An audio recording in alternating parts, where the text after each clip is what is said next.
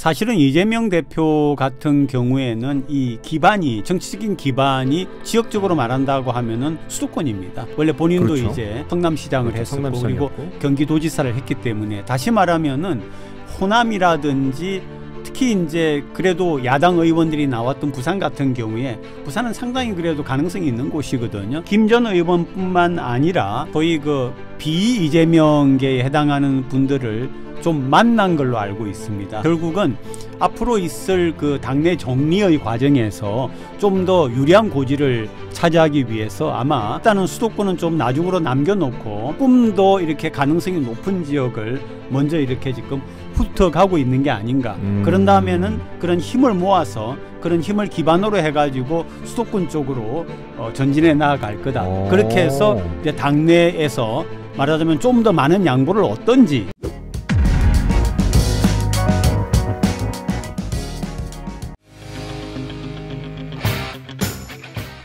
자, 한 주간의 정치 이슈를 짚어보는 시간 정치인사이드 이어갑니다. 오늘은 한국정치학회 이사 조경근 교수와 함께하죠. 교수님 안녕하세요. 네, 안녕하세요. 네. 네. 자, 윤석열 대통령과 기시다 일본 총리가 어제 나토 정상회의에서 만났습니다. 이 2달 만에 다시 만났는데 국제원자력기구죠. IAEA의 보고서 공개 후 첫 만남이었습니다. 기시다 총리가 안녕하세요 라고 말을 했어요. 또 윤통열 기다리면서 그 말을 한 거죠. 이 모습 어떻게 보셨습니까? 뭐 굉장히 한국이 이번에 일본의 오염수 방류에 대해서 더없이 잘해줬잖아요. 그렇죠. 그렇게까지 잘해줄 수가 없죠. 그러니까 이 정도는 최소한이라고 할 수가 있고요. 사실은 이번에 그 윤 대통령의 나토 방문에 대해서는 많은 분들이 그런 질문을 먼저 하세요.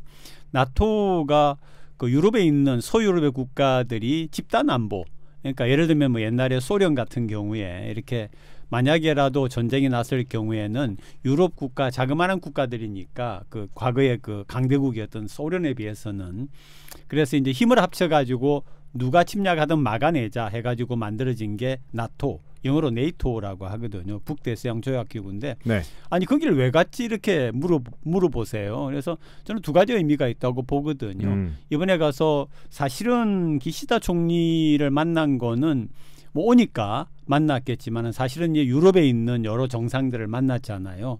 만나서 이제 여러 가지 얘기도 하고 한 건데 네. 첫째는 윤 대통령이 취임 이후에 가지고 왔던 그 어떤 자세, 방향성을 한 번 더 확실히 보여준 거다. 다시 말하면은 우리 한국도 사실은 이전에 보면은 독재라든지 권위주의에 의하여서 우리 국민들이 굉장히 많은 아픔을 가져왔잖아요. 그렇죠. 근데 지금도 현재 지구상에 보면은 독재 혹은 권위주의 때문에 말하자면은 그 국민들이 보이지 않는 그런 힘드는 과정 속에 있는 반면에 유럽이나 우리나라 같은 경우 또는 뭐 미국 같은 경우는 확실하게 민주화가 된 나라잖아요. 그래서 이 소위 그 대통령이 취임사에서도 자유라고 하는 민주주의의 가치를 중시했는데 그런 민주주의 국가들과의 연대를 강화한다라고 하는 그런 차원이 있고요. 또 이제 그런 의미에서 유럽의 거의 대부분의 나라들은 서유럽 국가들은 전부 민주주의에 앞서가는 국가들이니까 그런 연대를 강화하면서 외교적인 그런 연대도 강화한다는 의미가 있고 다른 하나는 네.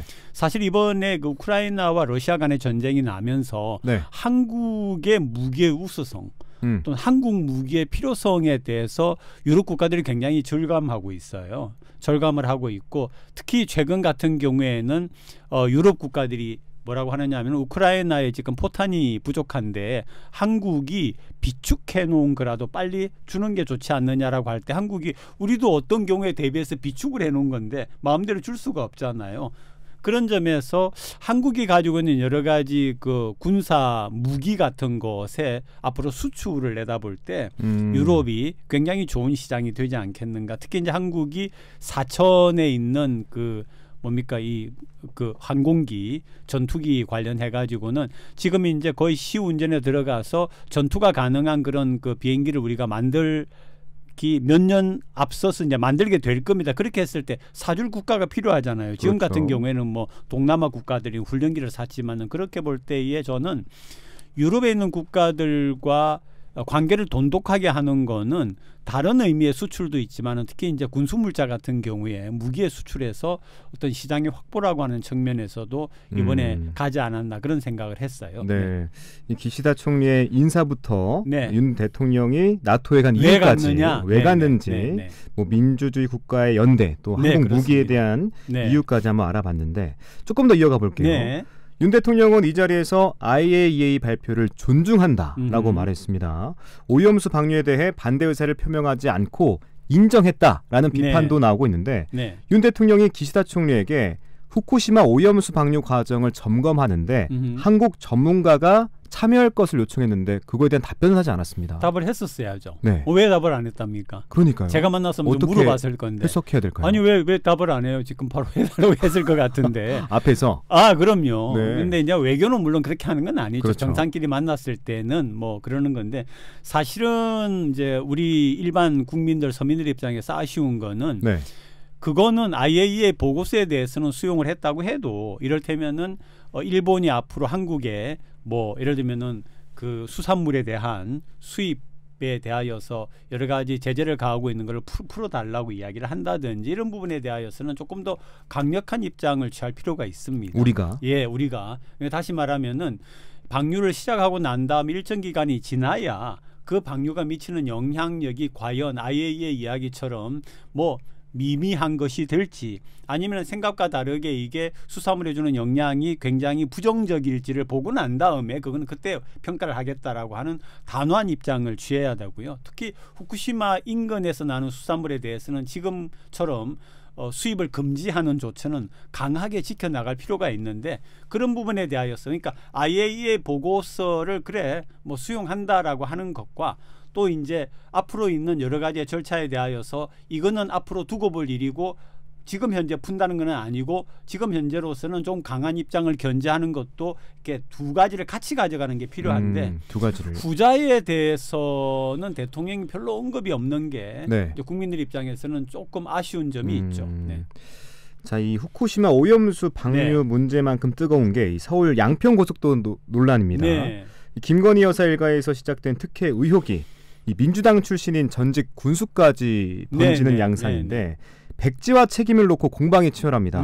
민주당은 원안 변경 이유를 설명하고 재추진하라라고 촉구하고 있고 국힘은 민주당의 사과가 있어야 한다는 입장인데 누구의 책임이 있다고 보십니까? 저는 이렇게 생각합니다. 이를테면은 첫째는 원희룡 국토부 장관이 없던 일로 하겠다라고 한 거는 굉장히 좀 충격적인 발언이었고요. 대개 정치인들이 하는 발언은 그런 원점에서 다시 검토하겠다 이렇게 하는 게 정상인데 없던 일로 하겠다라고 하는 거는 백지화하겠다라고 하는 거는 굉장히 우리가 아는 정치인으로서의 그런 어떤 그 자세가 아니지 않느냐 하는 생각을 했는데 왜 그랬을까에 대해서는 여러 가지 그 추측이 있더라고요. 그 추측을 할 수 있는 게 그 다음에 이어지는 그 원 장관의 발언이었습니다. 뭐냐면은 1대1 토론을 하자. 이재명 대표에게 그렇죠. 그렇게 이야기를 했는데 그러면 결국은 본인의 어떤 정치적인 위상을 띄우기 위한 거였다라고 하는 추측이 가능하죠. 그렇다면은 이제 지난번에도 이제 국민의힘 같은 경우에 대통령 후보를 결정할 때에 후보 중에 한 사람이었지 않습니까? 그렇게 해서 적어도 나는 자기 같은 경우에는 대통령으로까지 다시 나올 수 있는 그런 다시 말하면 지금의 야당 대표와 격을 같이 하는 그런 입장이다라고 하는 그런 아마 생각을 한 것 같다는 그런 의미가 되고요. 그러나 저는 이제 사실 이 문제를 풀려고 했으면 그게 아니라 실제로 가능한 다시 말하면은 야당의 그러니까 민주당의 원내대표나 아니면 민주당의 정책위 의장 보고 1대1 토론을 하자. 거기에서 우리가 이게 어떻게 된 건지 명명백백하게 밝히자라고 하는 것이 옳은 길이었던 거죠. 그런데 그렇게 나가지 않고 이렇게 굉장히 강하게 또 이재명 대표 보고 1대1 토론을 하자라고 하는 거는 뭔가 정치적인 어떤 게 있다. 그리고 최소한은 아마 장관보다는 내년 총선에 나오는 것을 염두에 두고 있는 게 아닌가 그런 생각을 하게 됐습니다. 그래서 그런 1대1 저는 정책위 의장이나 아니면 원내대표와의 1대1 토론에서 둘이가 토론하는 내용을 보면은 국민들이 이것에 대해서 조금 더 내용을 자세하게 알 수 있을 기회를 가질 수 있을 것 같습니다. 그래서 저는 정책위 의장이나 원내대표와 원희룡 장관이 1대1 토론을 가졌으면 좋겠다. 그런 제안을 합니다. 네. 네. 자, 이것도 여기서 마무리하고요. 네. 최근에 비가 많이 왔는데 네. 비가 많이 와서 이재명 대표와 이낙연 전 대표가 만나지 못했어요. 그렇죠. 이 날짜를 다시 잡기로 했는데 네. 두 사람이 2021년 대선 후보 경선 과정에서 맞붙으면서 네. 이 불편한 관계가 형성됐잖아요. 네. 이게 뭐 계속되고 있는 것 같기도 한데 이 회동에 대해서 지지자들끼리도 갈등이 이어지고 있습니다. 네. 이 모습 어떻게 보셨어요? 최근에 이런 게 있었죠. 뭐냐면은 아마 민주당에서 새로 홈피 같은 걸 개설을 했습니다. 네. 해가지고 거기에서 막 소위 그 친 이재명 그리고 이제 친 이낙연 이런 그 지지자들 간에 굉장히 그 이렇게 활발하고 뜨거운 그런 그 논쟁이 댓글 논쟁이 있었다라고 들었거든요. 정치인은 한 당의 입장을 놓고 볼 때 당 대표가 상당히 큰 권한을 가지고 있습니다. 그렇기 그렇죠. 때문에 이 당 대표와 당 대표가 되기를 원하는데 당 대표를 잡지 못한 그런 경쟁자 간에는 항상 치열한 경쟁과 그런 것들이 있기 마련입니다. 네.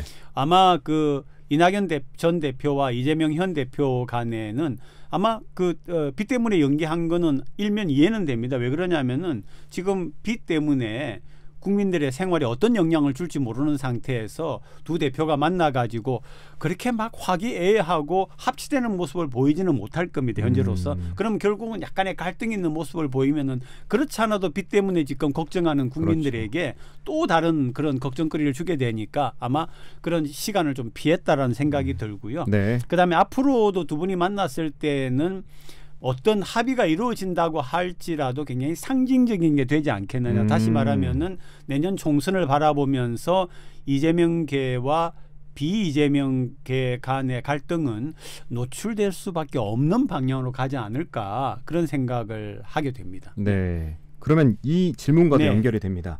이 와중에 이낙연 전 대표가 김혜영 전 의원을 부산에서 따로 만났어요. 네. 이 김혜영 의원이 그 조금박해, 네네. 그렇죠? 조응천, 금태섭, 박용진, 네. 김혜영 이렇게 4명의 이름을 따서 만든 이 조금박해도 속한 게 이제 김혜영 전 의원인데 네네. 이 의원은 이재명 대표에게 이제 그만하면 됐다 내려와라 네, 그렇죠. 이런 말도 했던 그런 분이잖아요. 했었죠. 강경 발언을 했었죠. 네. 이낙연 전 대표와 김혜영 전 의원과의 만남 어떻게 해석할 수 있을까요? 뿐만 아니라 이렇게 네. 보면은요. 사실은 이재명 대표 같은 경우에는 이 기반이 정치적인 기반이 지역적으로 말한다고 하면은 수도권입니다.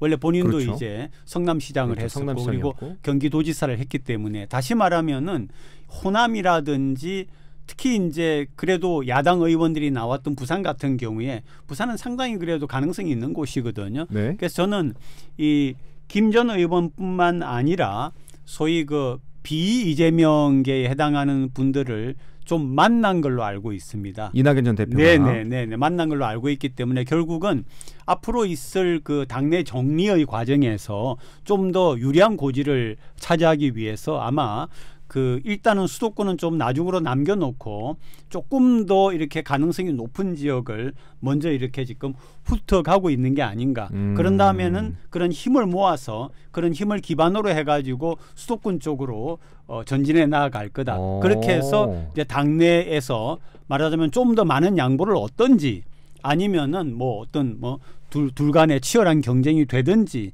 그런 어떤 승부를 볼 거라고 생각을 합니다. 그러면 이낙연 전 대표의 지금 행보는 지역에서부터 네, 조금씩 이제 힘을 키워가고 있다. 네, 그렇죠. 힘을 길러가고 있다. 그렇게 이야기하는 게 정확할 것 같아요. 네. 정치인이 움직이는 거는 의미 없이 움직이는 경우는 거의 없습니다. 밥을 먹기 위해서 밥 먹으러 다니는 거는 정치인에게는 없거든요. 네. 그러니까 밥을 먹으러 가는 거는 뭔가 정치적인 이유가 있는 거죠. 그중에서 가장 중요한 거는 지지를 확보하는 거죠. 네, 힘을 모으는 거죠. 네. 네. 자, 7월 임시국회 이야기로 넘어가서 네. 잠시 휴식을 마치고 임시국회가 열렸는데 사실 쉬어도 쉰 것 같지 않은 느낌이긴 합니다. 이 장애 공방을 이어갔는데 앞서 이야기를 나눈 후쿠시마 오염수 방류 논란, 네. 또 서울 양평 고속도로 백지화 등 공방이 치열하고 또 인사청문회도 남아 있고요. 이 쟁점이 참 많은데 그야말로 혈투가 예상되죠. 그러니까 이제 이게 가장 아쉬운 대목이 네. 사실은 외국이나 그게 일본뿐만 아니라 미국도 그렇고 중국이나 러시아가 볼 때에도 한국은 참 쉽죠. 왜냐하면 분열되어 있으니까요. 사실은 외교적인 과제라고 하는 거는 그렇죠. 상대하기가 쉬운 거죠. 뭐냐면은 비록 안에서는 네. 서로 견해를 달리하고 서로 티격태격해도 예를 들면 일본 관계, 오염수 관계라든지 이런 데서는 합의점이 있어야 되거든요. 그러니까 국민의힘 같은 경우에는 무조건 오케이는 아닙니다만은 오케이 방향이고 또 이제 민주당 같은 경우에는 반일 감정 쪽인데 이렇게 하면은 얼마나 다루기가 쉽습니까? 근데 그게 아니라 그럼에도 불구하고 두 당이 모여가지고 뭔가 합의된 그런 걸 가지고서 일본을 상대하면은 일본이 그 안을 받아들이지 않을 수가 없는 거죠. 그건 뭐 모든 외교에서 마찬가지입니다. 그런 점에서 여야의 현재 정쟁만을 일삼는 그런 행보는 굉장히 아쉽고 네. 국민의 비판을 받아야 되는 그런 행보라고 봅니다. 네. 오늘은 여기까지 듣도록 하겠습니다. 지금까지 한국정치학 K사 조경건 교수와 함께했습니다. 교수님 오늘 말씀 고맙습니다. 네, 고맙습니다.